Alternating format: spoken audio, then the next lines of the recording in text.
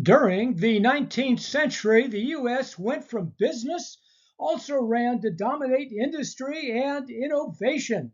It had to happen in chocolate too, but when and how?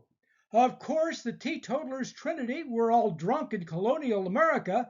19th century chocolate bars were not much appreciated, and what was consumed was imported.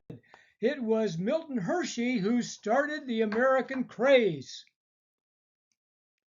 Milton Hershey built the successful Lancaster Caramel Company beginning in 1876. Hershey visited the Columbian Exposition of 1893 and was struck by German chocolate machinery and bought German equipment. He put a chocolate coating to his caramel, developing mass production methods. Hershey then sold his caramel company for $1 million, then specialized as the Hershey Chocolate Company. What could be duller? A plain chocolate bar in a brown wrapper. The first bar was sold in 1900 to enthusiastic consumers. The key was milk chocolate, lots of sugar, then cocoa butter, and more. Fresh milk was processed, but the candy making techniques were trade secrets. This bar became the key to the American palate: more sugar and less cocoa. It was only the start. With a successful plain bar, why not add stuff? A combination bar. Peanuts were always popular, so Hershey decided to add almonds in 1908. To be fair, peanuts came with Mr. Goodbar in 1925. Apparently, the name came from Hershey's poor hearing when the developer said, "That's a good bar." More stuff was added over the years to get cookies and cream, caramelized cream, pretzels, and more. Hershey's chocolate had the unfortunate habit of melting. Soldiers during World War II wanted chocolate, but not the mess. The Army insisted the bar should not taste good enough to pig out on. The company came up with Ration D bars and tropical chocolate bars. Hershey managed to supply 3 billion of them. Despite the taste, apparently all of them got eaten. Harry Reese was a Hershey employee as a dairy manager, but unemployed when the dairy was shut down. That led to Harry opening R&R Candy Company, selling milk chocolate covered almonds and raisins, resulting in the less than successful Lizzie Bar and Johnny Bar, named after his children.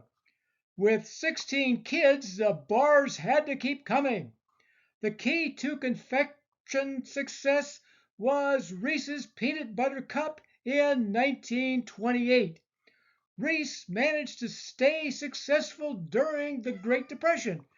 The Reese kids merged the company with Hershey in 1963.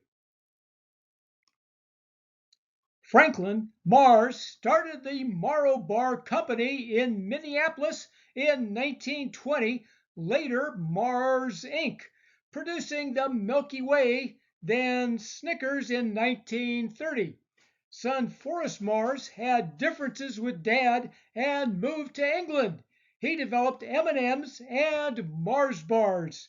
But can these still be called American? They were out of this world in any case. Like the Europeans, American taste for chocolate was insatiable, and new candy companies popped up like mushrooms. O. Henry came in 1909, Mounds in 1920, Butterfinger and Three Musketeers in 1923, Kit Kat in 1935, Twix in 1967. The Curtis Candy Company created Baby Ruth in 1920 when Babe Ruth was at the top of his game. The Babe sued while the company claimed it was named after the deceased presidential daughter, Ruth Cleveland. Curtis got away with it. A successful candy bar is a brown gold mine, so hundreds of bars have been introduced over the years. The great ones, like those above, are still around, but most prove to be duds. Milk duds were an exception. It was supposed to be round, but wasn't, becoming a bestseller anyway. Who ever heard of the Aztec bar, banjo, or Amazin' Raisin? Other 20th century flops were Coconut, Three Aces, Brunch Bar, Applause, Choquito Bar, Flake Snow, and Barcelona Camel. Chocolate is a big story in the United States, but it's back to ancient China for the story of tea. Next time on Food History and Mystery.